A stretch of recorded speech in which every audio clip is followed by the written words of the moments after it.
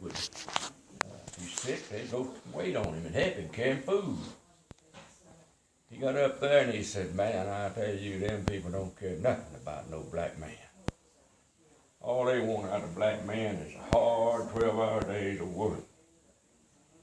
So he didn't have enough money to come back to Old Bay. Called a train up there. Didn't have enough money to come back on, so what he said, I started preaching and said I took up collection and I got me enough money to come back to Old Bay.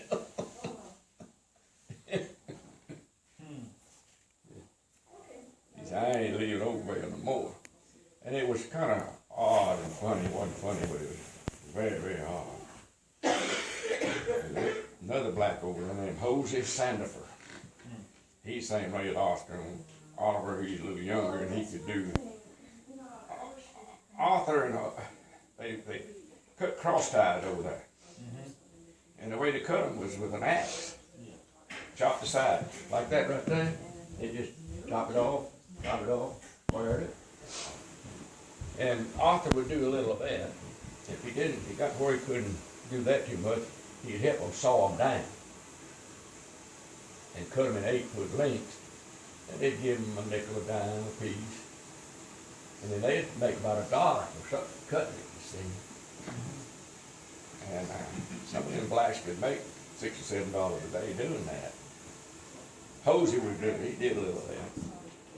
But I was over there, me and them was over there one year. And Calvin's had the store. Must have been about 56, 55, 56, 7, I don't know. Hosey came out there, hopefully. He said, Mr. Calvin, it's summertime. Calvin, somebody needs to go see my office. Calvin said, Hosey, what's wrong? What's the matter? I ain't seen him in a day or two, and I went by the house this morning. He said, he let it up there in the bed. Well, did you go check? No, I ain't going in there. He looked like he did. He'll by himself. A pretty nice old house that there was they called it the nigger quarters. So I got in my car, me and Calvin. I had a 54 Chevrolet. So we got in that car and we drove over there and went down to the house and got up on the porch. And it was hot. And Arthur was laying up in that bed, kind of on his stomach. Is that coffee still hot? And the sheet pulled back a little bit on him, not much. Had on underwear and all that. And he was stiff. He'd been dead long. But on the head of that bed was his funeral home. A calendar. So we went back to the store and called the funeral home. They came down. Had a big funeral then, man. Black community, you know. David was asking if we got all our comments on that video I posted. And this one girl from Kermit posted that her granddaughter had watched it over and over. And she's a little bitty, and she was like, can I watch it again? I want to see the grandma again. Music in there.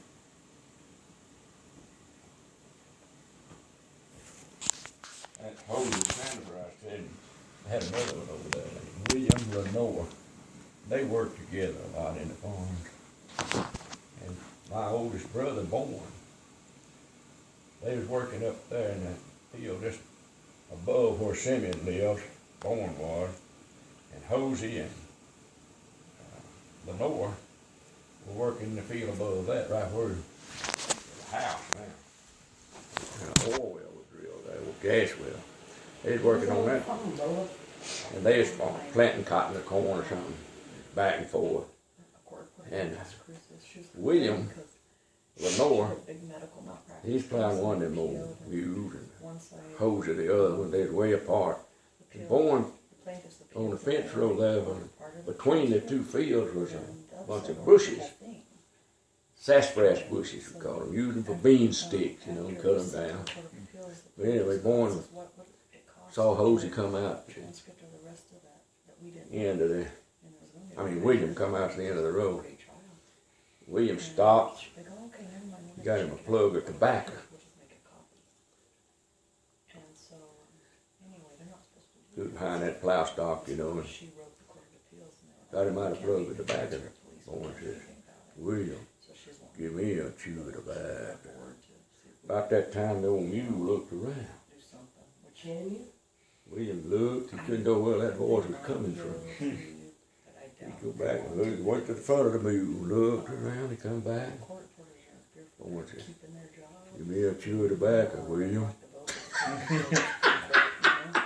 Well, William thought that mule.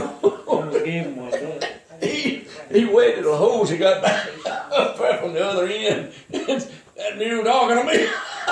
Boy, You're not supposed to do that. Boy, that ain't what that is. but they're working pretty hard for a day after that. hoses. I mean, William said, you sure had me fooled. That mule done talk for me. He had me fooled. That same field, John Red Fortenberry owned it. He always had blacks farming for him. He had a boy that I called on the 28th February, his birthday in Mississippi. He's still over there. He worked for so many different companies, he didn't have much retirement, but he's living over there. Not there, he lives in Picayune. And me and Ann went down to see him 4 or 5 years ago, and his sister, Helen, married a pharmacist, John Wilson from Monticello, and they had a drugstore in Picayune. Joe Harris wound up living down there. Well, in fact, they got Joe Harris a job selling drugs, and he didn't hold it. You know, drug salesman. Yeah. So he's moved around. He said all he got Social Security. Anyway, they worked. Joe Harris didn't. Mr. Red Fortenberry never did make Joe Harris work. He had a one son that made a dentist. John Red did. But he had them blacks always farming for him. And they cotton picking time. And they was out there picking cotton. Bunches of blacks. Like equal pay, they paid the same amount no matter who picked cotton. 100 pounds of cotton, you get $1, $1.100. And there's a black man stood up out there in the field, was picking cotton for him. And they brought him, had some of the boys carrying him water, you know, and he carried him a jug of water, he drank the water, and fell over dead. Heart attack. The black man, he was in his 50s, 60s. And they like to never got enough people in there to pick that field. They wouldn't go back in there. They won't go in that field again. Larry Crow's the head pharmacist. He's Where that man died. or older. Superstitious. Two young They, girls. that, you know, the older ones, they were pretty suspicious. Mm-hmm. Yeah, Jason, Yeah. Penny's son, his wife was a pharmacist. And when she was up here, it took her a while to, she had to apply twice, like 2 years in a row. After she graduated from UNM, she had to apply twice to get into pharmacy school. But she did, and she was making like over $200,000 a year. They make good money. Well, they just punch a button. All these machines start dropping these pills in What time you gotta go back, Dave? bottles. Be back at one. It even One. puts the labels on the bottle. There's We're gonna be gone. a tech or something that types stuff. Don't in care the who. computer. He types the labels To or the something. end of this, and then I'm going on Yeah, down so to what you want, and it's all automated. Los Lunas. Mm-hmm. Let us check the vehicle again. Maybe it's changed oil. I don't have 2,500 They miles post on on it, but pictures. I know. supposed to do it That at dog's big. 5,000. Micah. Yeah, 30,000. She's been having No, a hand 5 feed for the Micah. first She goes, initial. "Mommy," Oh. 'cause you're not there. Mhm. service job. So we're going to go down there now where he'll change the oil or what, you know, if he does. Mhm. Break-in oil, used to say change that break-in oil at 500 miles. But now they say 5,000. I told him it would be Introduced Gone. to my dogs. 4,000 miles or better time we get back. And he said, well, bring it on down there and we'll take a look at everything. So we're going to go down there after we take her off at the airport. Mhm. Mm-hmm. But Mhm. maybe we can tell you where there's plenty to eat. If you want to come to eat. Yeah, I'll be getting some of those. Your mama know where it is, don't she, Lord? What? All the food in here. Steak. Did Rick get to eat any last night? Oh, he'd already eaten, hadn't he? He made Did you himself. eat Rick's plate? Yeah. He made some soup. Mm-hmm. Well, she carried him a plate and you had to eat it, didn't you? Yeah, that's fine. So let's steal some more of that. Okay. I can eat some of that.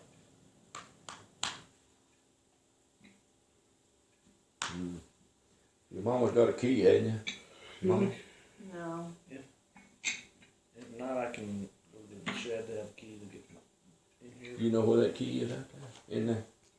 All right. I remember. You remember it, huh? Well, Mama don't. Mimi don't. I have no keys for any of my doors. Only way I can get in my house is through the garage. That's how I am. Well, there's one out back, but I don't have a copy of our house anymore. I gave it to somebody. I have keys to the back door in my purse, but I can't get in my backyard. I keep that gate locked. Both the gates are locked. And that fence, I can't jump that fence. You can go get somebody who has a key and make a copy. Yeah. Because if your electricity's out, you're not going to be able to get in. In the back door. That's the only key I have. If somebody can jump the fence. Todd, one time, I'd gone to a football game with Joanna. That's what she gave me for my birthday. She picked me up because you can't take anything to those football games. They give you a little clear plastic purse. So I left my purse at home and just took what I needed. Got back, the battery was dead on my keypad. I didn't have the key to the back door because it was in my purse inside. So I called Todd and he jumped the fence and thank God he's skinny. He went in through the doggy door. I remember a few years ago there's a doggy door bandit that he was famous for because he was a really small guy that I don't care if he was. I worry about that. My neighbor across the alley, this was a couple years ago. I was home working. I was off work and I went out to take some trash out. He comes running around that corner out in the alley. My house got broken into. Did you hear anybody? I said, no. Well, he owns an air conditioning business. And I'm pretty sure it was somebody that knew they were at work and they took their dog with them to work. Because they have a big old dog. And this person went in through their doggy door. And they went in through the doggy door. They stole a bunch of electronics out through the alley. But they went in through, this person went in through the doggy door. You don't have to be big enough to fit through the doggy door either. You just reach in, go up to the doorknob and unlock it. Mine is in Didn't a... Adrian's mom and dad call you to come get in their house or something to do something one time? Who? No, I just dog sit for them. No, I thought they called you sometime. One time when we lived in Odessa, down the street we'd come a snow. And somewhere down in a block or two from us, I don't know just exactly where it was, somebody found that somebody stolen some of their stuff. Had been in their house and stole stuff while they were gone. Got the police, got the TV, and several other things. They got out, went out the back, and there were tracks in the snow. And they followed them 3 or 4 houses down into that house. That was some smart thieves, wasn't it? Snow tracks led right into the back door of the other house. I'm going to go to the bank a minute. I'll be back shortly.